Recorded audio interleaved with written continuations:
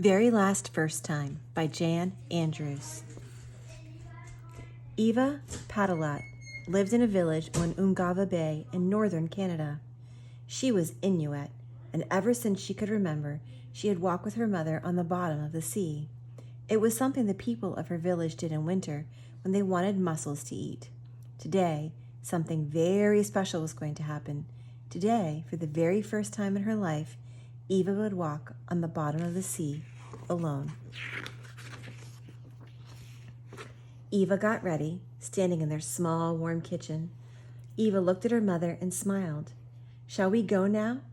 "I think we'd better." "We'll start out together, won't we?" Eva's mother nodded. Pulling up their warm hoods, they went out. Beside the house, there were 2 sleds, each holding a shovel, a long ice chisel, and mussel pan. Dragging the sleds behind them, they started off. Eva and her mother walked through the village. Snow lay white as far as the eye could see.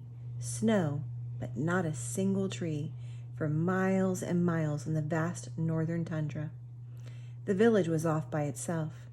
There were no highways, but snowmobile tracks led away and disappeared into the distance.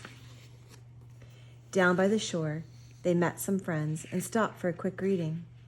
They had come at the right time. The tide was out, pulling the seawater away, so there would be room for them to climb under the thick ice and wander about on the seabed. Eva and her mother walked carefully over the bumps and ridges of the frozen sea.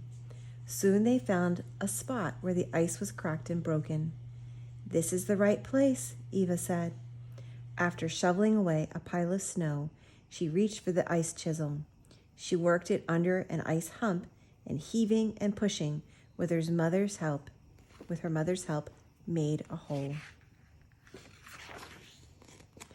Eva peered down into the hole and felt the dampness of the air. She breathed deep to catch the salt sea smell. "Good luck," Eva's mother said. Eva grinned. "Good luck yourself." Her eyes lit up with excitement, and she threw her mussel pan into the hole. Then she lowered herself slowly into the darkness, feeling with her feet until they touched a rock and she could let go of the ice above. In a minute, she was standing on the seabed. Above her, in the ice hole, the wind whistled. Eva struck a match and lit a candle. The gold bright flame shone and glistened on the wet stones and pools at her feet. She held her candle and saw strange shapes, shadow shapes around her. The shadows formed a wolf, a bear, a seal, sea monster. Eva watched them, and then she remembered. "I'd better get to work," she said.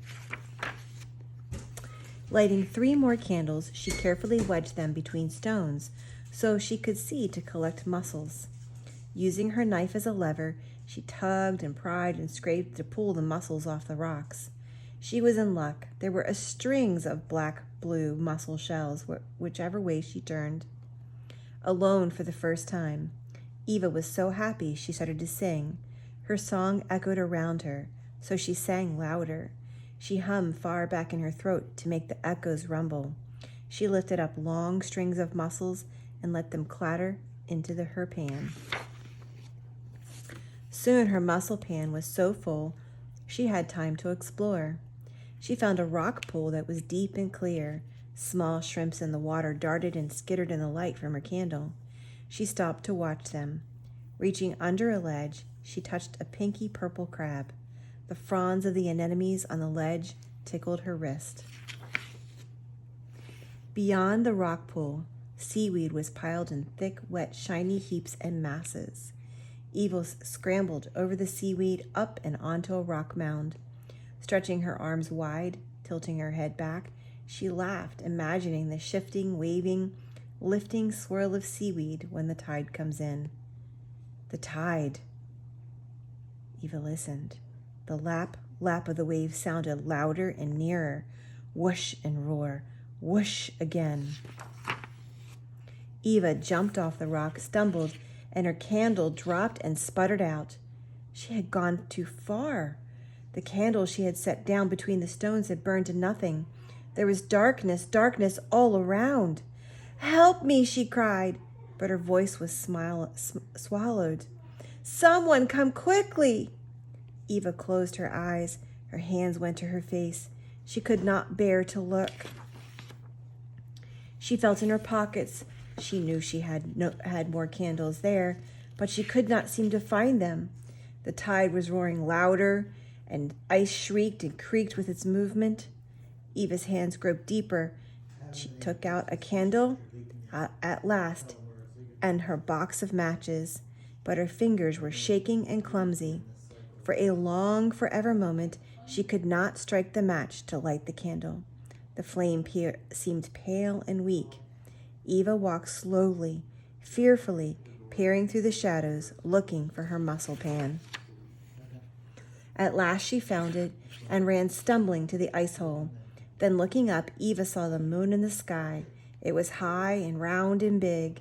Its light cast a circle through the hole into the seabed at her feet. Eva stood in the moonlight. Her parka glowed. Blowing out her candle, she slowly began to smile. By the time her mother came, she was dancing. She was skipping and leaping in and out of the moon-glow circle, darkness and light, in and out. "Eva," her mother called. "I'm here," she called back. "Take my mussel pan." Eva scrambled onto a rock and held the pan up high to her mother. Then her mother's hands reached down and pulled her up, too, through the hole. Squeezing her mother's hands, Eva saw the moon shining on the snow and ice and felt the wind on her face once more. This was my very last first time for walking alone on the bottom of the sea, Eva said.